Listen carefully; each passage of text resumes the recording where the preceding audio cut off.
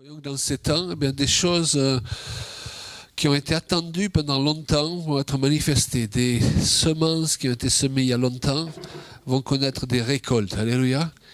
Il y a des récoltes que vous n'avez pas eues dans votre vie. Et si vous êtes encore là aujourd'hui, c'est pour les vivre. Alléluia. Donc nous le proclamons et nous te bénissons, Père, au nom de Jésus. Amen. Rappelez-vous du message qu'on a partagé hier, l'importance d'avoir une bonne mentalité. Amen. L'importance, je dirais, de rester positif, dans ces voilà une confession positive, du sein même de l'adversité.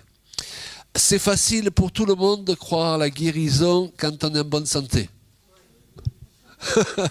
C'est facile de croire à la prospérité quand nos comptes en banque sont remplis. Il n'y a pas besoin de foi pour ça. Est-ce que vous comprenez? C'est facile de louer Dieu lorsque tout marche bien. Et même les gens qui ne croient pas en Dieu, quand tout leur réussit, parfois ils disent « Merci mon Dieu ». Même dans ce monde, là, il n'y a pas de mérite. Amen. Mais en tant qu'enfants de Dieu, nous sommes appelés à louer le Seigneur dans toutes les circonstances. On a donné ce passage hier. Je m'écris loué soit l'Éternel et je suis délivré de tous mes ennemis. Mais à l'instant où je m'écris loué soit l'Éternel, je suis entouré de tous mes ennemis. Et ça, c'est un état d'esprit qu'il est important qu'on ait. Surtout que, comme on l'a précisé hier aussi, parfois on passe par des périodes où on ne comprend pas. Hein? Des fois, on se couche le soir, on a une rage dedans. Bien sûr qu'on prie pour la guérison. Hein? Et puis quand ça ne part pas, qu'est-ce qu'on fait? On va arrêter, on va râler toute la nuit? Et ça nous est tous arrivé, ce genre de schéma. Ok? Et la louange, c'est un privilège des enfants de Dieu. Parce qu'avant de louer Dieu pour ce qu'il fait, nous voulons le louer pour qui il est. Amen. Et nous savons qu'il est lent à la colère, riche en bonté, plein de miséricorde. Et c'est ce que le diable essaye régulièrement de nous faire remettre en question. Et si je vous disais que hier, en parlant du livre de Job, lorsqu'on lit ce livre, au départ, on a l'impression que Job, il s'en sort pas si bien que ça. Hein. Il râle, le gars. Hein. Mais en réalité, à la fin du livre, Dieu, il le félicite parce que Dieu lui avait pas demandé de faire un parcours parfait. Dieu lui avait juste dit, dans une telle circonstance, une telle oppression, juste continue à me faire confiance et ne renie pas mon nom. Et nous, on dit, dis donc, il ne lui a pas demandé grand-chose. Quand on est fortement éprouvé, vous savez, c'est pas simple. Parce que quand on est sous pression, hein, c'est ce que dit la brochure que j'ai présentée tout à l'heure, pourquoi Dieu permet ceci? Pourquoi est-ce qu'il arrive cela? Ok? Alors, j'ai une réponse qui est justement le thème, qui est le thème que nous abordons, que l'on a l'intention d'aborder en 2024 avec Julia. On a besoin que la gloire de Dieu revienne dans l'Église. On a besoin que les signes, les prodiges, les miracles reviennent dans l'Église. Pourquoi? Parce que parfois on met toute la responsabilité sur le serviteur de Dieu, ou on met toute la responsabilité sur la personne qui a besoin d'être guérie. Si tu n'y arrives pas, c'est parce que tu manques de foi. Si tu n'y arrives pas, c'est... Mais en réalité, ce que Dieu il a prévu, c'est de libérer sa puissance dans une onction collective. Donc si ensemble on arrive à fonctionner avec d'autres, on peut atteindre des objectifs qu'on n'arrive pas à atteindre chacun de notre côté. Et parfois, qu'on n'arrive pas à atteindre en étant une petite église ou autre, et on a besoin d'être épaulé par d'autres. Et donc il est important qu'on ne mette pas toute la responsabilité sur une seule personne ou sur un seul ministère, avec cette impression que le ministère il se balade avec une baguette magique, tu sais. Et alors, si je suis guéri, il a l'onction, si je ne suis pas guéri, il manque d'onction. Et c'est pas comme ça que ça marche. Et c'est pour ça que j'ai mentionné la première église, ils étaient tous ensemble dans un même lieu, ils adoraient le Seigneur, alléluia. Ils étaient dans un même état d'esprit, c'est-à-dire qui supprimaient toute cette sale mentalité qui parfois pourrit la vie dans les églises. Okay? Et Dieu, il a envoyé sa gloire. Amen. Mais c'était le fruit d'un ensemble. de personnes. Et aujourd'hui, nous voulons prier non pas pour n'importe quelle unité, tu as eu raison, parce qu'il y a des unités qui sont des unités d'église, de fédération et de pasteurs qui sont politiciennes. Ce n'est pas de ces unités qu'il nous faut. Il nous faut les unités de l'esprit.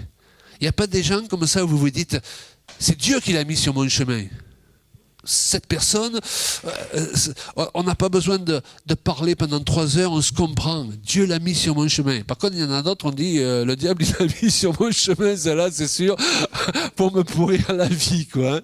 Amen. Mais c'est pour ça que je disais qu'il faut qu'on ait du discernement. Il faut que notre oui soit oui, notre non soit non. Il y a des gens qu'il faut qu'on dise, oui, je t'ouvre la porte. Amen. Et il y a d'autres, il faut qu'on dise, ok, tout chrétien que tu es, je te bénis, mais ma porte, elle reste fermée. Elle t'est pas fermée pour te bénir, mais elle reste fermée pour que tu puisses entrer, déverser toutes les choses négatives que tu veux déverser dans ma vie. Amen. C'est pourquoi décidez chacun de vous, et c'est ce qu'on fait quand on dit je refuse telle et telle chose, décidez chacun de vous d'être une bénédiction pour les autres. On veut des miracles. Qui veut des miracles? Ok, alors vous oubliez le miracle dont vous avez besoin, un moment, et vous demandez à Dieu comment il peut faire de vous un miracle pour quelqu'un d'autre. Soyez le miracle de Dieu pour quelqu'un. Et on revient à ce qu'on a dit tout à l'heure, ce qu'un homme sème, un jour il le récolte. Ok? Dites-vous, qu'est-ce que je peux semer aujourd'hui qui produira une bonne récolte demain. Et puis la semence, c'est pas juste de l'argent, c'est des attitudes. Amen. Quand on est de bonne humeur, qu'est-ce qu'on produit? C'est la joie, c'est communicatif. Ah, si je vous fais un beau sourire là, qu'est-ce que vous me faites? À part quelques-uns qui n'ont pas vraiment envie de sourire. Mais d'un coup vous souriez, oui. Vous me rendez le sourire. Par contre, si je regarde comme ça. Il y a des gens comme ça dans les églises. Il n'y a personne qui me sourit. Ben, c'est normal. Tu récoltes ce que tu sèmes. Amen. Donc il est important qu'on sème de bonnes graines si on veut récolter de bonnes graines. Alléluia. Je veux relever ce que tu disais tout à l'heure que je trouvais vraiment, c'est une telle vérité. Il faut louer Dieu pour qui il est avant de le louer pour ce qu'il fait. Et que si nos priorités sont bien en place, on va, si on loue Dieu pour qui il est, on va récolter quoi? Une relation et une profondeur, une compréhension de la caractère de Dieu, et on va profiter de cette relation d'enfant, de fils et de fille de Dieu.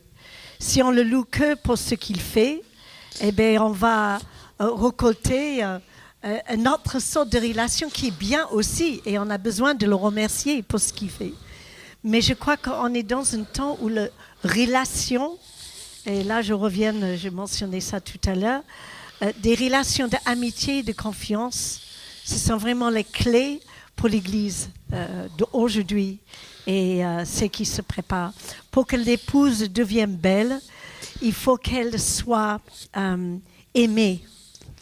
Parce qu'en fait, on sait tous que les personnes qu'on connaît, qu'on trouve le plus joli ou le plus beau, les êtres humains, ce ne sont pas forcément ceux qui ont des traits les plus parfaits, mais ce sont ceux qui dégagent de leur personne, qui rayonnent de quelque chose. On dit parfois, oh, elle est solaire. Non, mais c'est peut-être elle a Christ ressuscité en elle. Et que ces personnes-là deviennent magnifiques. Pourquoi? Parce que ils donnent de l'amour, et quand on donne de l'amour, on reçoit de l'amour. Et si on veut que l'épouse de Christ devienne belle, qui est notre mission à tous, eh bien, il faut qu'on reflète déjà la beauté du Seigneur en nous et envers les autres. Et eux, les gens de ce monde, ils sont attirés par Christ en nous. Et c'est vrai que parfois on se dit « Ah, c'est super, j'ai eu un bon contact », mais on réalise qu'il faut donner toute la gloire à Dieu. Parce que le fait qu'on on le connaît et on le loue pour qui il est, eh bien, cette relation, il se fortifie déjà entre lui et nous.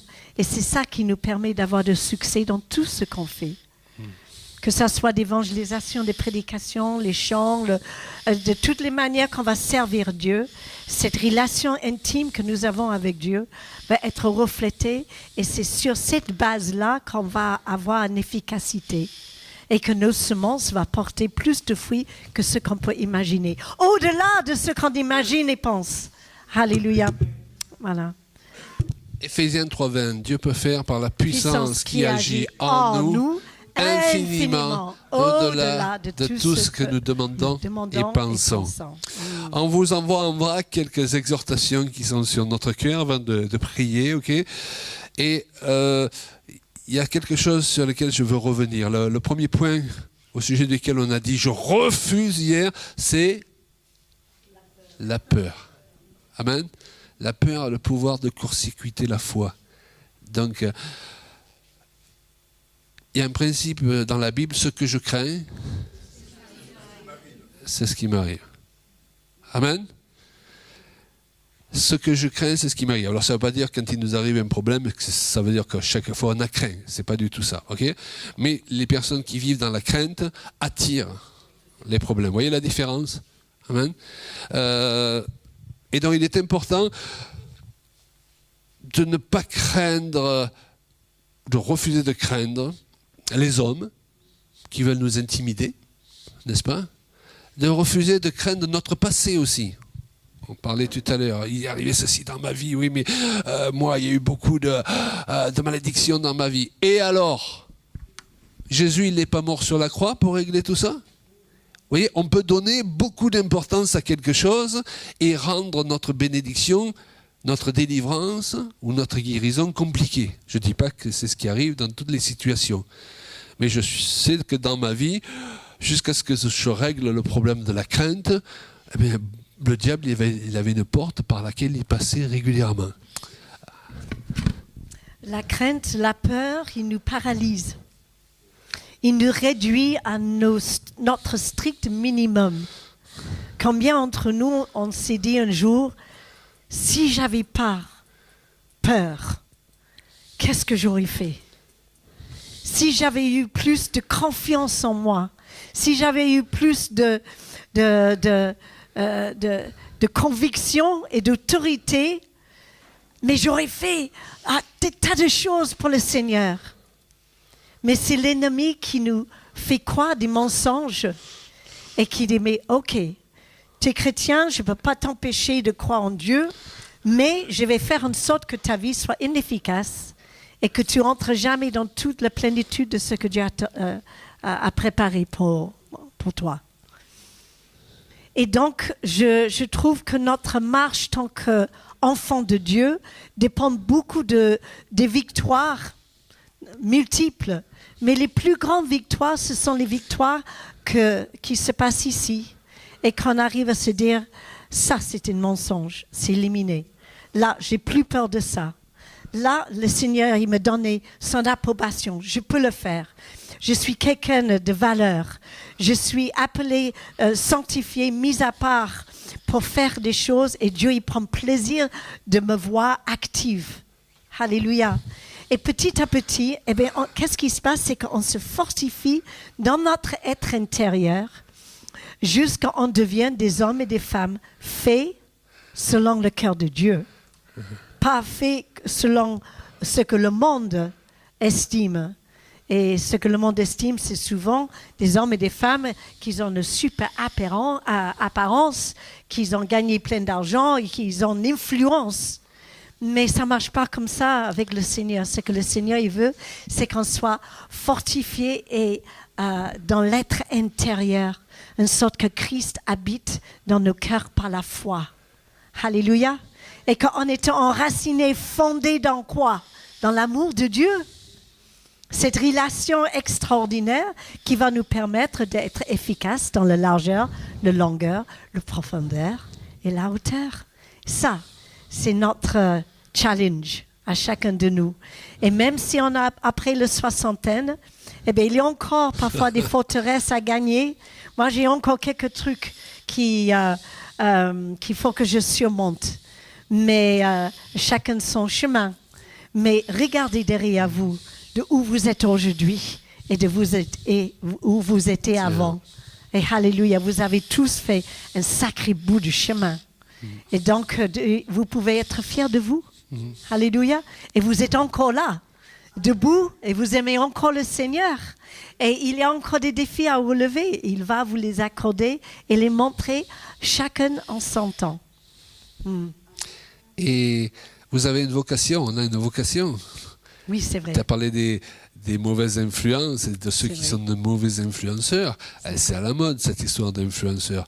Mais nous sommes des influenceurs. Yo! Nous sommes dans ce monde pour influencer les autres. Yes. C'est rempli de mauvais influenceurs sur Internet. Je ne sais pas si vous avez vu dernièrement, il y avait une personne, elle vendait l'eau de son bain.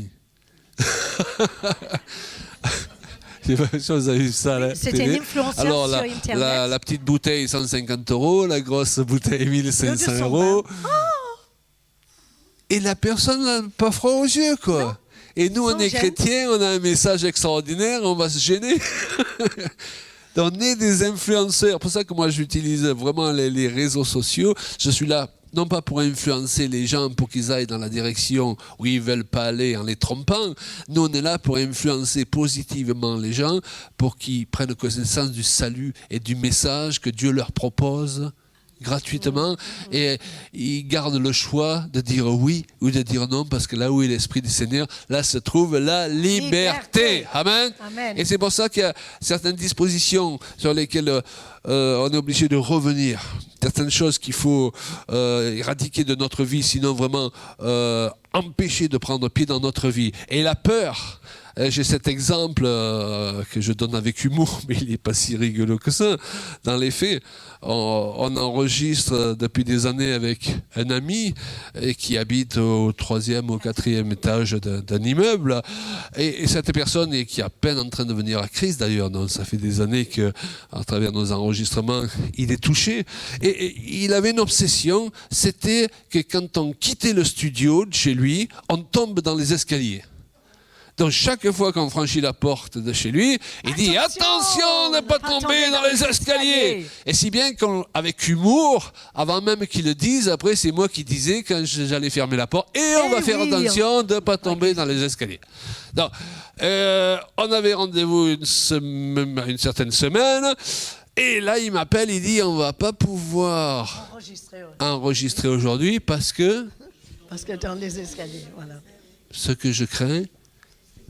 Alors, je ne dis pas qu'il est mal de dire à quelqu'un attention de ne pas tomber dans les escaliers, attention quand vous traversez la route, ça c'est la sagesse. Ça je dirais même c'est la bonne peur positive, alléluia, que Dieu a mis en chacun de nous et qu'il faut garder, ok ? C'était obsessionnel. Mais là c'est obsessionnel.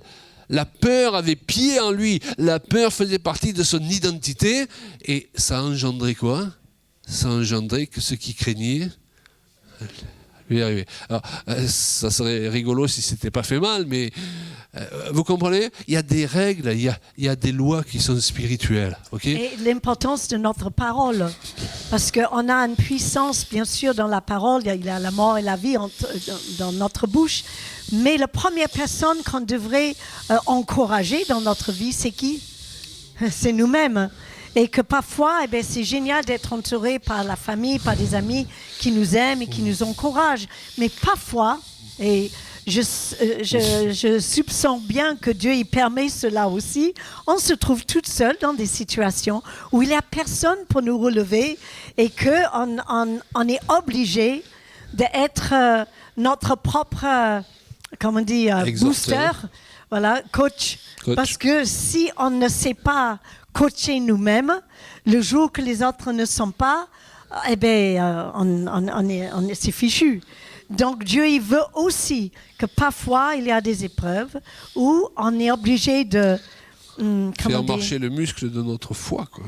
Et vraiment révéler, pas simple. Dieu, il sait de quoi on est capable, mais il veut que nous, on le prouve pour que nous, on soit conscients de nos capacités. Et ça c'est extra parce que parfois on dit « Ah, Dieu, il faut que je te dise quelque chose ». Mais on peut être sûr, il le sait déjà. Hein. Mais il a besoin que nous, on le dit de haute voix. Et il attend de nos bouches d'avoir des paroles qui s'alignent avec sa volonté pour nous. Et ça, c'est une leçon qu'on a besoin d'apprendre et réapprendre et réapprendre. D'ailleurs, quand il dit dans le jardin d'Éden à Adam, où es-tu ? C'est pas que Dieu a besoin d'un renseignement. Ouais. Il veut qu'Adam, lui, il sache où il est. Est-ce que vous comprenez ? Régulièrement, Dieu, il veut qu'on sache où on en est. Où on en est vis-à-vis de la peur. Où on en est vis-à-vis du statut de victime aussi. Quand on vit à Christ, on est tous victimes. On peut avoir été victime de choses horribles qui nous sont arrivées, ou on est victime tout simplement du péché sous une forme ou sous une autre. Et pendant un moment, Dieu reconnaît notre état de victime. Et quand les gens viennent au Seigneur, il faut qu'on reconnaisse leur état de victime. Il ne faut pas qu'on leur dise « Allez, c'est lavé dans le sang de Jésus, c'est pas important, tu as été violé, c'est pas grave. » Si, c'est grave, c'est très grave. Alléluia. Maintenant, le temps passant, on fait un travail sur soi avec l'aide du Saint-Esprit. Après, il ne faut pas qu'on garde le statut de victime. Parce que le diable, il recherche des victimes. Et une victime attire toujours un oppresseur. À l'école, les enfants qui sont méchants, ils vont vers qui ? Ils vont vers ceux qui démarrent au quart de tour, qui s'énervent, qui perdent les pédales, etc. Et c'est vicieux, c'est méchant. C'est de la même façon que le diable agit au sein de l'Église. Il cherche des gens qui ont gardé le statut de victime. Amen. Pourquoi ? Eh bien, pour relancer ce qu'il a fait pendant des années et continuer à t'oppresser. Et c'est pour ça qu'on vous disait, quand on vient écouter la parole de Dieu, c'est pas pour qu'on ressorte plus faible, c'est pour qu'on ressorte plus fort. On est rentré poursuivi, peut-être, on ressort poursuivant. Et quand vous voulez qu'on prie pour vous, qu'on vous bénisse, vous avez besoin d'une délivrance, il ne faut pas que vous soyez dans un statut de victime. Sinon, notre prière, ça va servir à rien du tout. Il faut que vous soyez le conquérant qui saisit sa victoire. Amen. Et il ne faut pas que vous soyez dans la peur aussi. Ah ouais, mais mes parents, ils ont fait de l'occultisme pendant des années. Ah, mais on n'est pas obligé de reproduire. Moi, mon père, il trompait ma mère pendant des années. J'ai été l'homme le plus fidèle pendant 45 ans, parce que j'aime ma femme. Je me suis dit, jamais je reproduirai ce que lui, il a produit. Amen. Il y a des choix qu'on doit faire dans la vie. Il y a des choses avec lesquelles il faut couper. Et il y a des peurs auxquelles il faut dire stop. Tu m'as oppressé toute mon enfance. Tu m'as fait porter ce fardeau familial pendant tant d'années. Aujourd'hui, ok, ça va changer. J'ai fait de la dépression. Aujourd'hui, c'est aux démons de faire de la dépression. C'est à eux de demander d'être mutés. Hein? Le diable, il cherche les victimes. Amen. Mais aujourd'hui, c'est lui qui est victime de Jésus. Hein? Parce que Jésus, à la croix, il n'a pas seulement obtenu une petite victoire, il a dépouillé. Et il part en slip. Mais tant qu'on n'a pas cette image du diable, on est là, le diable il fait ça, le diable il est fort, le diable, quelqu'un disait, le diable il m'a encore caché mes torchons dans la cuisine. Quelqu'un d'autre disait, priez pour chasser l'esprit de Carie. Ce à quoi le pasteur à qui ont demandé cette question a répondu, j'ai une parole de Dieu pour vous, lavez-vous les dents plus souvent. Voilà. Il faut prendre le diable au sérieux parce que ce n'est pas un épouvantail, mais il ne faut pas lui donner un pouvoir qu'il n'a plus. Et c'est pour ça qu'il joue avec nos émotions. Dans ma vie, je ne peux pas la vivre en fonction de mes émotions. Est-ce que vous comprenez ? Je me lève le matin, je sens la présence de Dieu, je dis « Alléluia, Dieu est avec moi ». Mais je me lève le lendemain, je ne sens plus la présence de Dieu. Qui sent la présence de Dieu 24 heures sur 24 ici ? Il y a quelqu'un ? Si c'est le cas, vous m'inquiétez. Parce que dans ce cas, vous n'avez plus besoin de marcher par la foi. Ah, vous êtes un être extraordinaire. Tout le monde a besoin de marcher par la foi, sauf vous. Non. Alors parfois, lorsque tu ne sens plus la présence de Dieu, le diable il vient et dit « Tu as dû faire quelque chose qu'il ne fallait pas ». Alors tu te cherches des péchés. Vous connaissez ces chrétiens qui vous cherchent des péchés même là où il n'y en a pas. Vous en avez rencontré comme ça? Ils veulent à tout prix. Non. Ben non, simplement, si tu es humain, qui est humain ici? Voilà, il n'y a pas d'extraterrestre. Quoique ma femme, j'ai toujours pensé que je n'étais marié avec une extraterrestre. Mais c'est un autre sujet.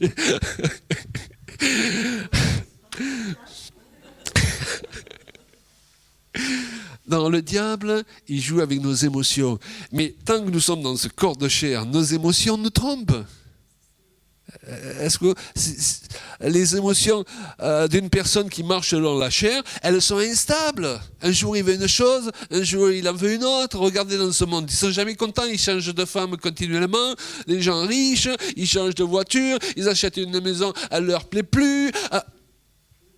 Tu vis par les émotions. En tant que chrétien, on ne peut plus vivre par rapport à nos émotions. Je ne dis pas qu'il ne faut pas avoir d'émotions, mais il ne faut pas que nos émotions nous aient.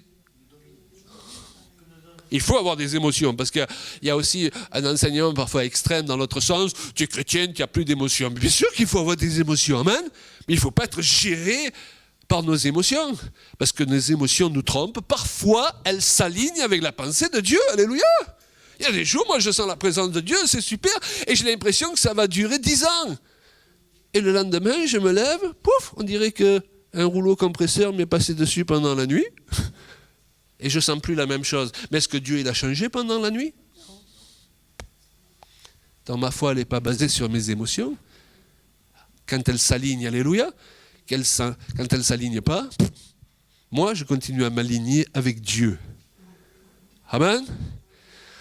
Donc, quand vous voulez qu'on prie pour vous et vous avez besoin de délivrance, commencez à déclarer que c'est facile d'être délivré. Que c'est facile d'être béni. Commencez à déclarer que c'est facile de vivre la vie chrétienne. Parce que le diable, qu'est-ce qui vous souffle aux oreilles? C'est dur d'être chrétien. Il faut lui répondre, c'est beaucoup plus dur de ne pas l'être. Hein. Vous vous rappelez toutes les fois sans Dieu, ce qu'on a vécu?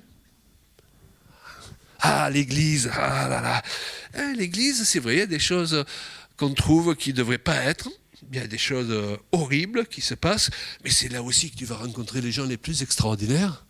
Moi, j'ai rencontré des gens extraordinaires qui nous ont aidés à être là où on est aujourd'hui parce qu'ils ont soutenu notre ministère. Ou quand on était des jeunes pasteurs, eh bien, ils ont misé sur nous, alléluia, d'une manière complètement désintéressée. Dans l'église, c'est aussi le lieu où tu vas rencontrer les gens les plus extraordinaires sur terre, alléluia. Et l'église, ce n'est pas un bâtiment, c'est les frères et sœurs. Il ne faut plus qu'on soit des gens qui sont avec le diable contre l'église. L'église ceci, l'église cela. Ouais, ok. Mais il y a tout le bon aussi. Amen. Et d'ailleurs, Jésus a toujours l'intention de venir la chercher. Il y a quelqu'un qui a reçu un email, un coup de fil, ou sur WhatsApp, Dieu vous a contacté, il a dit, ainsi parle le Seigneur, j'ai changé d'avis, je ne viendrai plus vous chercher. Donc s'il a toujours l'intention de venir chercher son église, c'est qu'il y croit toujours, malgré tout ce qu'on peut voir. Et moi, je tiens à vous dire que tous les adultères, ceux qui sont partis avec les caisses, toutes les choses qu'on n'aurait pas dû voir, n'empêcheront pas Jésus d'avoir une église glorieuse dans les temps dans lesquels nous sommes rentrés. Alléluia. Et moi, je veux faire partie de cette partie-là. Alléluia. Et bâtir avec des gens précieux qui savent se remettre en question et qui savent évoluer. Alléluia. Seigneur, nous te bénissons et nous croyons que tu as toute autorité dans le ciel et sur la terre. Nous croyons que nous pouvons prier que ton esprit nous touche chacun dans notre besoin. Mais nous ne sommes pas là juste pour nos besoins. Nous sommes là en disant, ouais, nous faisons partie du royaume. Nous sommes honorés d'être là et d'adorer le roi des rois, le Seigneur des seigneurs. Nous sommes honorés de pouvoir partager ensemble sa parole. Alléluia. Et nous prophétisons. Prophétisons sur nos propres vies. Alléluia. L'action du Saint-Esprit. Amen. Dans ces temps. Wow. Nous prophétisons que des choses importantes sont au-devant de nous. Alléluia. Que nous allons être un instrument pour les déclencher. dans notre petit monde, dans notre grand monde. Alléluia. On ne sait pas comment tu vas le faire. Et à la rigueur, ce n'est pas notre affaire. Ça, c'est ton affaire, Seigneur. Notre affaire, nous, c'est de te faire confiance au nom de Jésus-Christ. Wow. N'hésitez pas à vous parler à vous-même. La Bible dit, n'est-ce pas, celui qui médite la parole de Dieu, jour et nuit, tout ce qu'il fait, lui réussit. Hein? C'est dans le sens de progressivement, tout ce qu'il fait commence à lui réussir de plus en plus. Vous savez ce que signifie en hébreu parler, méditer? Ça signifie parler à soi-même. Et vous devez être votre premier ami. Vous parlez. Hé, ça va aller. Ça va aller. Amen. Parce qu'on peut devenir son premier ennemi. Ouais, je le sens plus là. Ma mère l'avait bien dit. Personne ne voudra jamais se marier avec moi. Je suis moche. Combien de fois on a été son premier ennemi? Il faut qu'on soit son premier ami. Amen. Alléluia. Moi, je me rappelle que quand j'étais jeune, et je cherchais Dieu, et un jour, il s'est révélé à moi. Et c'était une telle révélation pour moi que ça a bouleversé ma vie, comme beaucoup ici, je pense. Et cette rencontre-là, c'était comme le Pentecôte. Ça a éclairé mes pensées, éclairé mon cœur. Il avait une dimension, je trouve une dimension dans mon être et dans le caractère de Dieu que j'ai cherché, qui était indescriptible. Et je me rappelle, il me disait aujourd'hui, Julia, tu vas découvrir qui je suis en toi. Et tu vas découvrir que moi je suis, que toi tu es en moi aussi. Et qu'on allait commencer cette relation. Et je sais que dans ma vie de foi, plusieurs fois, j'ai eu des rencontres. Et on a parlé d'une nouvelle Pentecôte pour le corps de Christ. Mais je pense vraiment qu'il faut qu'on commence en allant chercher la face de Dieu nouveau, qui nous renouvelle, qu'on trouve une occasion d'être seul avec lui et qu'on laisse le Saint-Esprit se révéler à nous. Et pour cela, il faut prendre le temps, peut-être, dans ce monde qui est tellement occupé, plein de fracas, l'ennemi veut nous occuper tellement qu'on n'a pas le temps de se mettre à part. Et pourtant, Dieu, il nous appelle. Et je désire ça pour ma vie encore une fois. Parce qu'on a besoin, c'est un peu comme des piqûres de rappel. Bon, enfin, c'est peut-être pas un bon exemple, mais on a parfois besoin d'être rappelé. Ça dépend de la piqûre, c'est ça. Mais on a besoin de revenir et de chercher la face de Dieu, d'être conscient que sans le Saint-Esprit, eh bien, on ne sait pas comment communiquer. Et le Saint-Esprit, il est là pour nous encourager, pour nous fortifier, pour nous relever, pour nous enseigner, pour nous amener encore plus loin. Et moi, je réclame, je proclame et je cherche une nouvelle visitation du Saint-Esprit. Amen. Pas simplement pour mon mari et moi, pour chacun de vous ici, ce week-end. Et on peut être que reconnaissant pour l'amour que Dieu il a pour chacun de nous. Et les belles choses qui nous attendent, les amis. Le meilleur, ce n'est pas derrière, ok? Je crois qu'il est devant et même présent. Voilà. Donc, Déjà. voilà. On se met en mode réception, d'accord? Tac, je me mets en mode réception. Alléluia.